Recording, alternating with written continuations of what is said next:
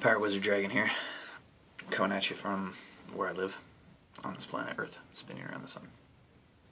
I'm going to do a series of uploads of videos. If you really were interested in getting to know me a little more and my insanity that I call this life, here's your chance. I know I haven't put a lot of videos up since whatever my last video was about, my God's belief and everything. I still have some loyal followers out there that follow me. I'm always amazed when I get it. It's weird because I lose followers and I gain followers. And I'm not trying to promote myself, really. But it's nice to know that I have a handful of people that actually listen to these videos. So I try to be entertaining just because my life is so ridiculous and the things that I have to do are so ridiculous that I honestly have to tell these stories sometimes because nobody will believe it half the time, but it's still, I gotta get it out of my head. I'm gonna try to keep these videos under 15 minutes, so and have a theme to each one. The themes I'm gonna cover in this one is just going to a new body art school and my experiences there. And quickly to surmise that, I'm gonna just lay this out super fast. So I got another grant from the state to go to a new body art school. I've been there a month.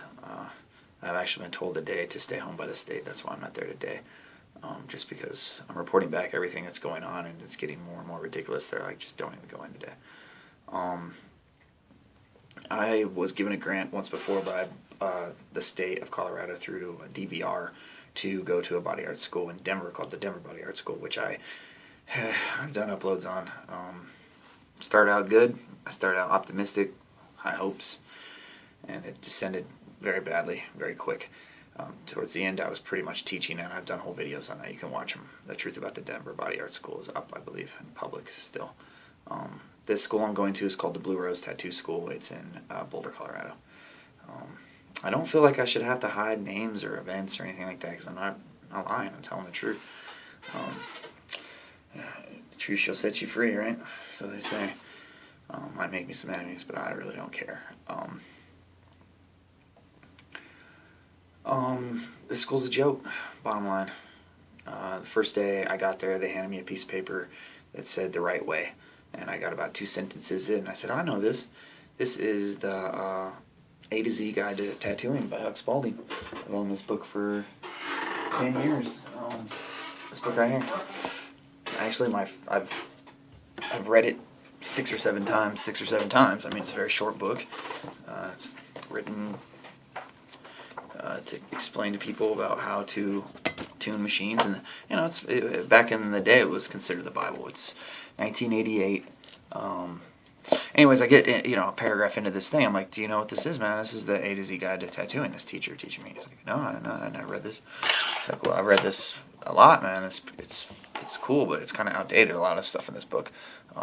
It's the kind of the thing that propagated the whole nickel dime how to tune your machines thing. That's why it's a big thing. It's a great book, though. I'm not ever knocking it. Like, this was the book, the first one, I think the first book on trying to teach people how to tattoo, which, trying to help people out that didn't do an apprenticeship, sold to the general public. My first copy I photocopied downtown at the San Diego Library, because I remember researching tattoos back in literally the 90s. So they give me these books and they tell me about stuff that I need to study, and they tell me people, and all this stuff, and it's like, man, I've gone through all this shit. They put me in front of a video that's on Netflix, Don Ed Hardy, Tattoo the World. So I watched that again. So there's a lot of redundancies I start to notice right away, and they hand me my machines. The first couple of days, I think it was the second or third day I was there. They hand me my kit, bunch of ink with no labels on it. No expiration date, which I guess I'm not going to use on people. I was supposed to just use it on other things. But they hand me these 2 machines, which, ironically, I laughed when they handed them to me, because this one says Mickey on it, but I'm trying to sand it off. Actually, they were blue when I got them. They were like a cobalt blue color, like a gunmetal blue or something. But I'm sanding them down because they're so rough and just shittily engraved that I don't even want that shit on there. So they're more just for parts at this point. But they handed me these 2, and I just laughed. It was like, what's so funny, man? The teacher, I'm like, I have these machines at home, except I have the real ones. He's like, what do you mean? I'm like, these are knockoffs, man. These are not real Mickey Sharps. I'm like, you knew that, right? He's like, yeah, oh yeah, they're knockoffs. So, and I'll show you the difference. I got these, my Mickey Sharps, and that's funny is they gave me two of the exact models that aren't, basically these two models are the most famous, I think, the most known used frames from the old school day. Like these are, the most famous frames of all. The telephone dial and the Paul Rogers or Bulldog. There's variations on both these, micro dial, but these are the original. And I got these in 2011 when I worked for the Tungsten Trail Tattoo Shop in Nederland, Colorado, where I was an apprentice. Because I could not order these as a civvy, civilian tattoo artist. They're not sold to scratchers. They only sell these to shops. So the first time I got an apprenticeship at a shop, I went and bought the best fucking machines I could buy. And that's what these are. That's what I was told. After tearing them apart and rebuilding them and fixing them and sending them to other people and getting advice, blah, blah, blah. They do run great, but they didn't come running great. I wasn't impressed with the coils after I learned a little bit about coils. But the frames are fucking awesome. You cannot say anything about these frames because they are steel. Actually they're bronze, but they're rocks. And I'll show you the difference between a Mickey Sharps and a knockoff. Here is the back binding post where your rear spring and saddle sits on a real one. And you can tell Mickey Sharps ones are real because actually on their website, you can go in and type in the number and the model. Like if you went on their website and said bronze, Paul Rogers, or I think you can do this. Like if you went in on a Mickey Sharps website, their European site, or I think there's a little link. There's two little things. You just fill out a thing. It's like, check if your Mickey Sharps is real, because they get knocked off all the time. As you can see, they handed me some knockoff ones at this school. You could type in that number 1870, and I think this would be like a bronze telephone dial 1870, and it would say this was sold in the United States, blah blah blah. This is a real, there's only one United States distributor of real Mickey Sharps. So I spent close to over $700. This one was $340, $360 with shipping and shit. These were a grip. And these are, as some people say, very dookie. They're heavy. I wanted heavy, big coiled pro machines, and that's what I got. These are beast. If these things are tuned up right, they put in ink. They line. They're good machines. They're good machines because I rebuilt them and they work good. But they're also good machines because of the frames. You could run this shit over with a pretty decent sized vehicle, and it wouldn't bend that frame. Now this thing, the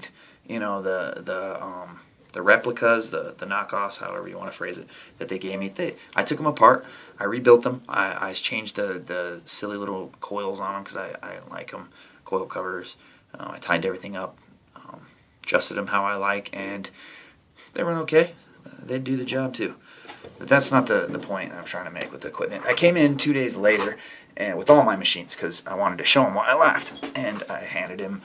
I have 10 machines. I have two rotaries and 8 coils, and they're all tuned to specific things like liners, heavy liners, light liners, shaders, heavy shaders, light shaders, and then my rotaries. And they all run. They kick. I try to get my machines to kick over at 4 volts, 3 volts, low, but to run optimally. Most of my shaders run at 5.5 to 6. Most of my liners run at 6 to 6.5. Sometimes maybe a little bit towards 7, but only if I'm doing a certain particular thing or the skin's really tough. You shouldn't have to turn up your machines to 12 volts to get it to put ink into people. There's something wrong with the situation when you're having to crank your power supply up past 10 volts, in my opinion. And other people will tell you other things. I brought out all my stuff, my tuners. I have the spring tension gauges and all that. I've learned a lot from other machine builders, how to be consistent with your machines and how to know what they're really doing and stuff. And I've tore apart more than one machine, more than one day, more than one time.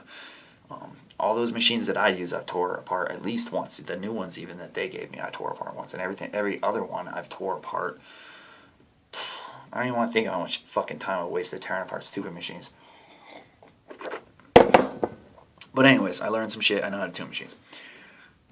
After doing that, the guy goes, "Man, your machines run good." This 9-year tattoo artist, and he gets his machines and hooks them up to my knockoff This is a Hurricane. It's a knockoff of a Critical.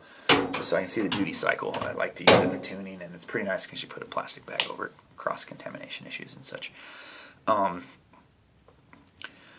He goes and gets his machines and brings them back and plugs them in. He had 4 coils, and they didn't kick over till he hit 9 or 10 volts, and they didn't run good to almost 12. And one of them, the capacitor was blown or something was wrong because it was sparking like a lamp hanging out of a broken light bulb hanging out of a ceiling in a cheap hotel in a bad part of the town or something. I mean, it's just zzz. The same guy 2 days later was doing a tattoo with those machines. No, 2 days later, a few days later, it might have even been the next week. Somebody came in, and these are examples that I think about because I asked myself, do I want to do this to people? This kid came in, he wanted a very simple symbol from a record label, and I don't know, something he was into. It was a symbol that looked like a gravestone with a smiley face saying, yes, we did it, and some dates. That's for something he was into. And he came in, and the dude was busy, and I looked at him like, oh yeah, he can handle this, no problem. No problem. That's your man there, the guy teaching me. So, because I could have done it. So he brings it over to the guy, and I like doing small tattoos. I mean, they're very difficult, but I'll attempt it. You can see in my portfolio, I did a friggin' medal like this big on a guy's arm that was military insignia with snakes, and these guys wouldn't have done that. They would have talked him out of it or something.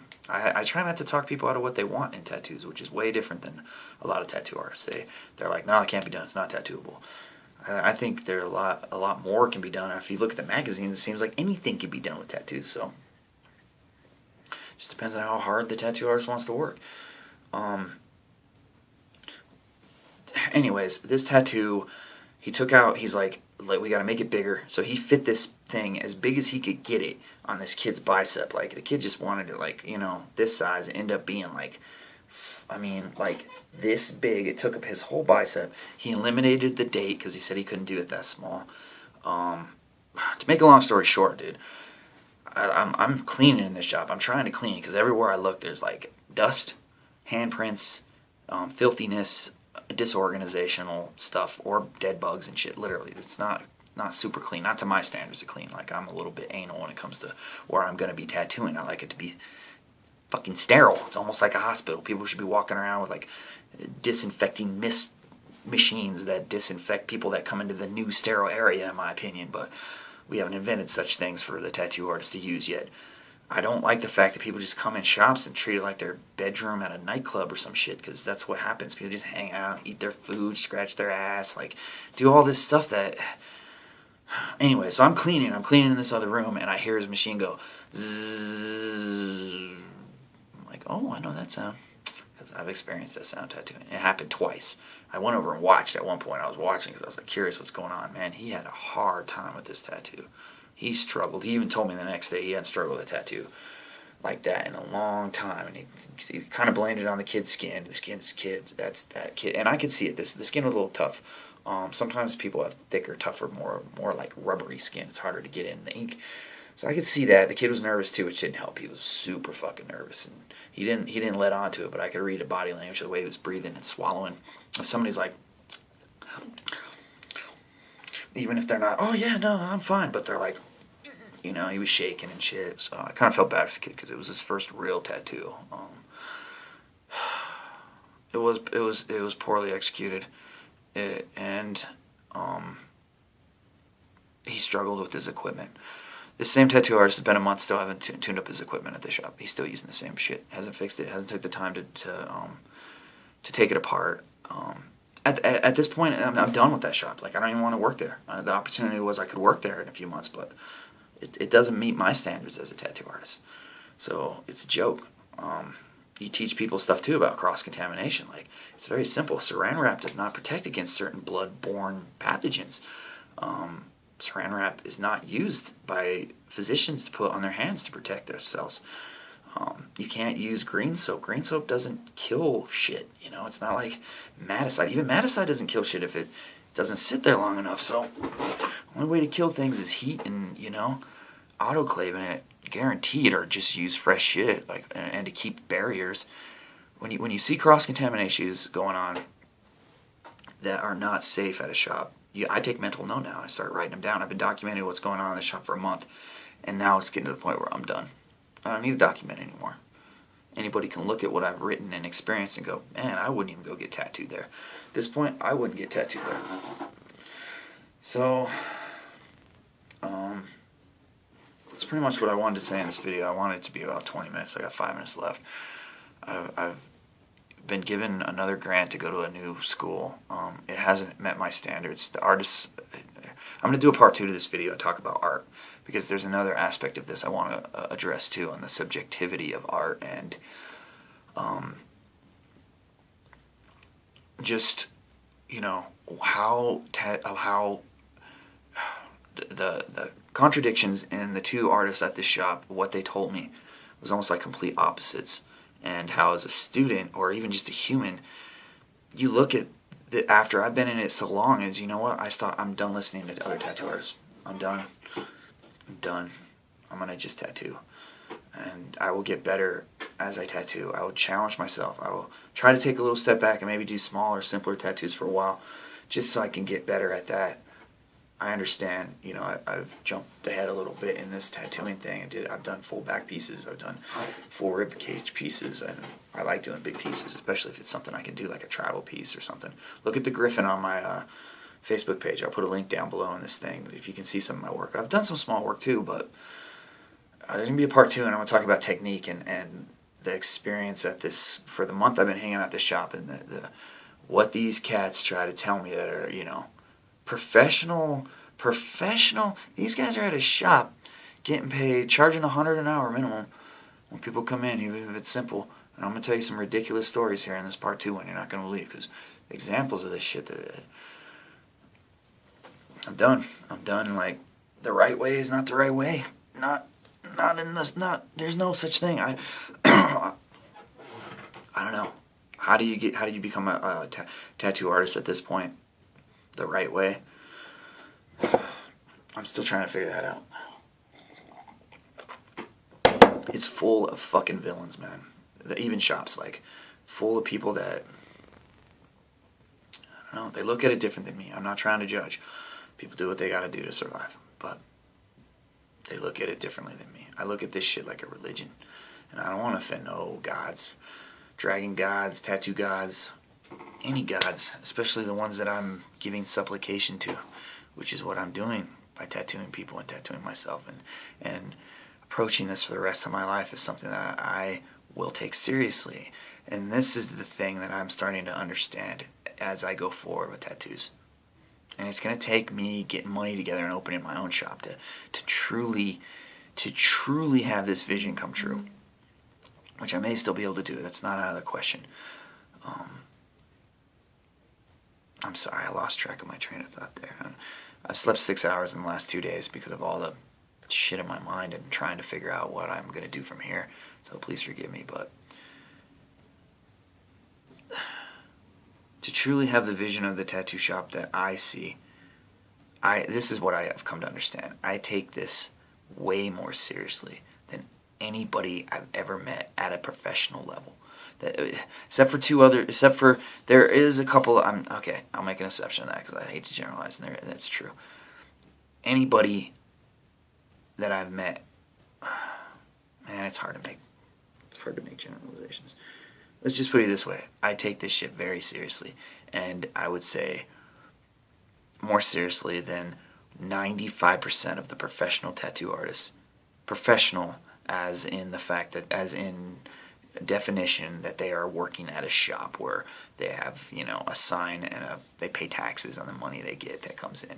That's what I mean by professional. Not that they're professional level, but that they hang a sign out of a retail location other than a residence, not home artists or scratchers or whatever you want to call them. I take it way more seriously than 95% of the people that are professional tattoo artists in this state, from what I've seen and in my experiences. So, part 2 to come soon.